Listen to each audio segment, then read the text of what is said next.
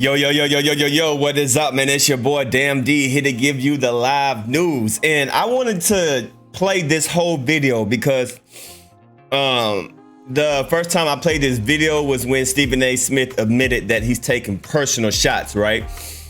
And then I stopped the video. But I want to play the whole video because you can tell Stephen A. Smith takes continuously personal shots when other players in the NBA do the same thing that Kyrie doing, but he don't say nothing about them. So you can definitely see that this is personal for Stephen A. Smith. Let's get into it.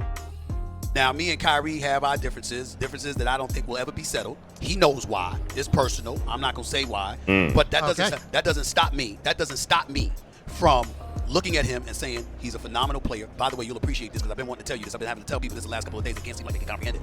There's a difference between superstar players and superstars. Yeah. We heard this before. We heard this before. What he did is powerful. Yeah. Box office, Kyrie Irving is a superstar. We know. He walked through the turnstiles to watch it play. Blockbuster. That's who he is. So in that regard. See, right before he insults you, he gives you a compliment. So he can say, well, I did say something good about you, right? Right before he insults you and tears you down, he want to build you up a little bit. Kyrie Irving pays for himself. Kyrie Irving is a sensational basketball player, a person that I think is worth $50 million a year in today's NBA economy. But you can't pay him more than 1 year at a time. You can't pay him more than 1 year at a time. But you just said that this was personal for you. So it sounds like you're trying to take money out of this man's mouth, out of his pockets, out of his family. You can't pay him more than 1 year. Ain't that crazy? Does Stephen A. Smith say that about anybody else? But you can't only pay him but once. What? Well, first of all, who gave you the title of a financial accountant? No, you're a sports analyst. You're supposed to analyze what they do on the basketball court, not what they do in their pocketbook. Can't trust that he's gonna show up to work. Literally over the last 3 years in Brooklyn, you literally walked through the loading dock area at times if you were a reporter to see if he would get off the bus because you never knew when he was gonna play. And I'm talking about, I don't feel like playing today. Hell, I ain't coming to play without KD. He out this week, I'm out this week. I don't feel like. Is that what he actually said?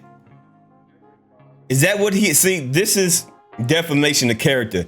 Did he actually say, oh, KD's not playing, so I'm not gonna play? Or is that what you assume? Did you hear that coming out of Kyrie's mouth? Like, just look at the personal attacks. Oh, KD's not playing, so I'm not playing. What? Why would Kyrie even say that? Don't Kawhi Leonard. How many games have Kawhi played? How many games have LeBron James just sat out for no reason?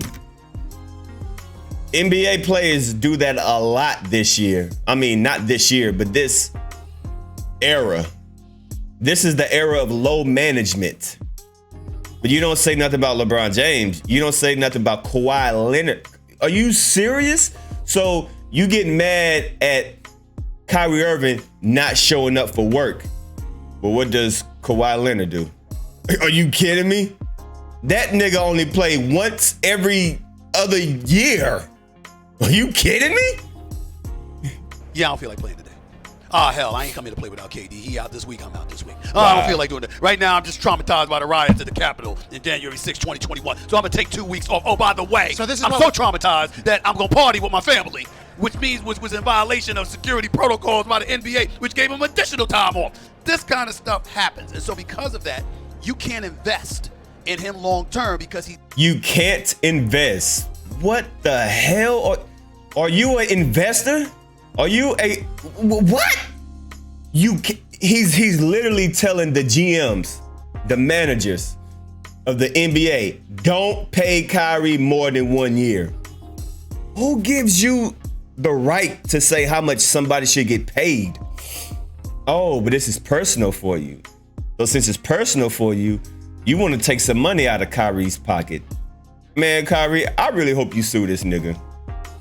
made those decisions because he didn't have to worry about his bag. Got it. Now he's in the final year of his deal. Those things are all true, what you just said there? Just like, hey, I don't want to play today, I'm not going to play today. And that's been documented and everything? Absolutely. I mean, at one time, he was literally taking players.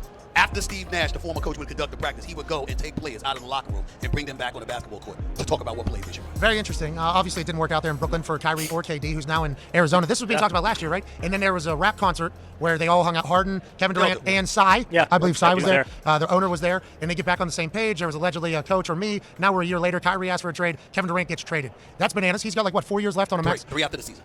So including this year, 4 years left on a max contract, and he's out of there. So Brooklyn just said, fuck it? Is that what happened? That's exactly what happened. They said enough's enough. You know, I personally think, even though Mikal Bridges is a very, very good player, I personally believe you don't lose a caliber player of KD and Kyrie and not get one single All-Star back in return. That's me. But at the end of the day, you're Brooklyn, and it was so chaotic, it was such a mess that you made the decision that I'm going to get a multitude of players, multitude of picks, and we're just going to start over. And that's what it is. And at the end of the day, how much worse can you do? KD, Kyrie, and James Harden was there. KD and Kyrie for 3.5 years. They have one playoff series victory to show for them. Yeah, the fourth. But yeah, no, but according to him, that was doing his job. I saw your promo. So I did my job. What'd you start doing? I did Fourth. You lost your mind. We were in fourth place. I was like, really? That's what you did? Did you tell him that? Did you tell him that? And then the thing that kills me is that you running a lot of these players, and you know this. You know, you have a lot, and this is a pet peeve of mine. And I'm gonna say this to your audience. What pisses me off? Very few things piss me off more than when the players want to step back and they want to talk about team. Wait a minute. We know it's a team. We know you can't win by yourself. You know you can't win playing 1-on-5. Did you have that attitude when you went to the negotiating table and asked for your money? At that time, did you say you... Why are you worried about what niggas do with their money? What? Why are you worried about how people negotiate? Are people analyzing your paycheck? How much you negotiated? Like what? Bro, who sent you? You really one of them? Why are you worried about how Kyrie is negotiating his contract? Something that he deserves. All the sweat, hours, tears, miles, jump shots, all the time and effort that he put in the gym into his craft. And you're gonna try to tell that man how much he should get paid? When you just sit on your ass and don't do nothing but watch clips and run your mouth, but you don't do nothing physical. You were 1-12. Hey, that's interesting, right? You didn't say you were 1-12 then. You said, no, I'm me. I'm KD, I'm Kyrie, I'm this, I'm that. This is the money I got. You Kyrie, you got 136 million. You KD, you got 198 million. Now, in KD's defense, the brother always comes to play. The only time he's out is when he's legitimately injured. KD is a baller all day, every day. No. Kyrie is a sensational talent who happens to ball when he wants to, but has so many other things that he's preoccupied by. Bro, you sound like a snitch ass nigga. Are you kidding?